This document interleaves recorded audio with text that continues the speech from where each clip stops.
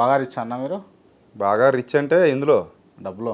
డబ్బులు అయితే అంత రిచ్ ఏం కాదు. ఫ్లైట్కి వచ్చినావు అన్నారు కదా. ఫ్లైట్కి 5,000 అవుద్ది అంతే. 5,000 అంతే. అంటే ఒక రోజుకు 5,000 ఖర్చు పెట్టి రోజు తిరగం కదా, అప్పుడప్పుడు తిరుగుతాం.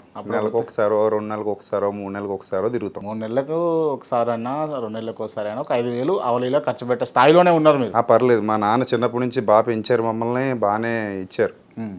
మీ నాన్నగారు ఇచ్చిన డబ్బులేనా లేకపోతే మీరు ఏమైనా సంపాదించింది ఉందా? నేను కూడా సంపాదిస్తా.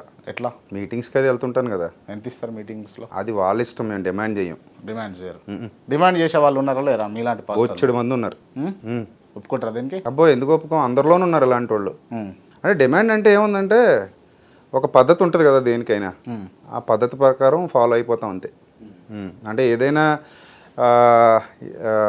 వాళ్ళ పరిస్థితిని చూసి, మామూలుగా బిజినెస్ కాదు కదా ఇది, మనం చేసేది బిజినెస్. పరిస్థితిని చూసి అంటే బిజినెస్ అన్నట్టే అనిపిస్తుంది నాకు. మీకు అనిపిస్తే నేనేం చేసేది బిజినెస్ కాదు.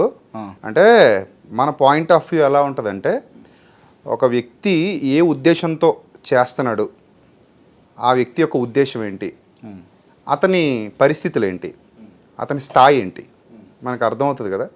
సో దాన్ని బట్టి మూమెంట్ ఉంటుంది అంతే.